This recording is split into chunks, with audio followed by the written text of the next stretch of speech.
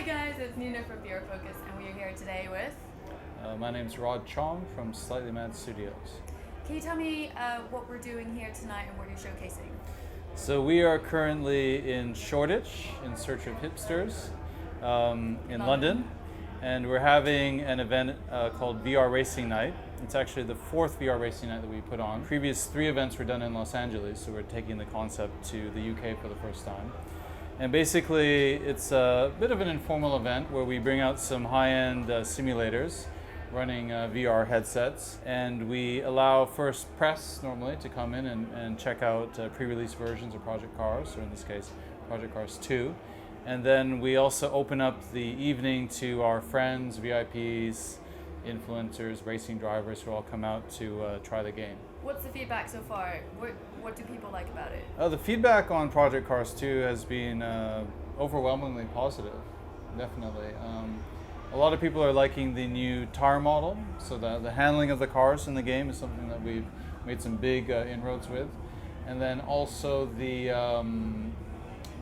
weather systems, the new time of day, 4 seasons that we've added, and then all of the new types of racing as well. So we have a rallycross, which is what we're featuring today, and that's a bit of a newer motorsport. It's come into focus a lot in the past few years as an action motorsport, and it's basically the concept is that you take cars, rally cars, and you put 5 or 6 of them on a track together and have them go at it for a few laps. And there's jumps and dirt and tarmac, general mayhem. And so we looked at this form of motorsport, and we thought this would be a perfect thing to take our advanced physics engine and apply for Project Cars 2. What type of headsets is this game available with? Downstairs we see the Oculus, but what else is it compatible with? We're focused on Oculus Rift and HTC Vive. Those are the main areas that we work with in VR. Are you looking to go into any other type of headsets? Or also, Project Scorpio's out now. Are you looking to also put that on that platform as well? Well, we're definitely interested with all the latest developments and looking how Sony and Microsoft are getting their hardware ready for some more intensive graphical action that VR requires.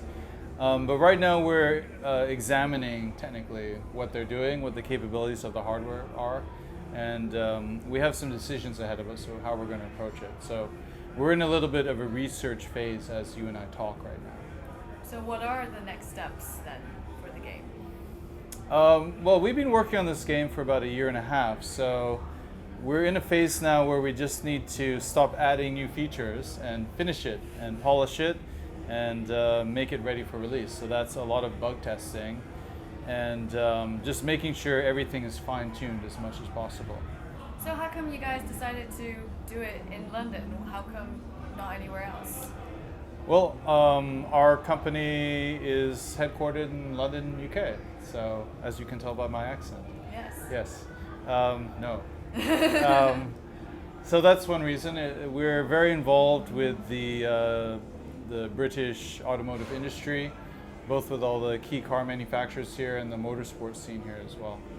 So besides the gaming, do you think this would be useful to train racing drivers in? Yes, racing drivers train using Project Cars 2. Absolutely. I was in Los Angeles over the weekend for the Long Beach Grand Prix, and there was a prominent GT team who were using Project Cars 2 to practice for the Long Beach Grand Prix. They actually got third in class. So they drove in it for about 4 hours and got ready for the race using the software. And they said the handling of the cars was absolutely perfect, just like their car. Wow, that's a big compliment. Yeah, well, it's the truth. We have 7 racing drivers, including the illustrious Ben Collins, who work on the software, and in the case of Ben and Nicholas Hamilton, they've been with us for years. And we want them to tell us that we're really bad at what we do so that we can make things better.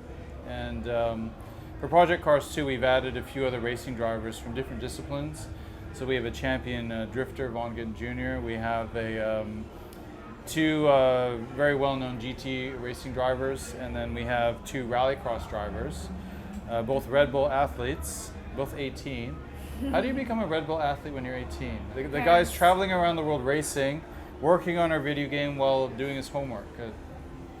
I don't know how this happens. Genius. Anyway, so they're the ones that have been developing the rallycross physics and driving experience with us. So when is the game coming out? Is it going to be coming to arcades? Is there a specific area where it'll be released?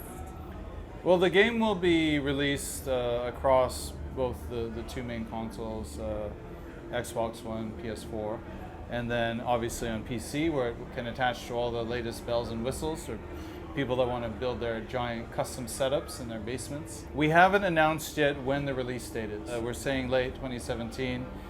Shortly we will reveal the release date, but that's still a mystery for now. And then what about arcades or sort of larger public areas? Are you looking to? Well, there's a growing trend of VR centers around the world. You can see that IMAX is a VR center. And there's a lot of companies that take simulation rigs and they set them up for multiplayer racing. It's a bit like going to a go-kart track where you can rent a go-kart to race around an indoor track or a small outdoor track. So people are now wanting to drive these VR rigs, high-end simulators, VR headsets, and they can choose whatever car and track they're going to race against. So our software does appear in some of these simulation centers, and you can expect Project Cars 2 will be at some of these. Where can our audiences find more information about the game? The best thing to do is go to our website, projectcarsgame.com. Okay, well, thank you very much. And if you are looking for more information about VR, head over to vrfocus.com and we will see you there.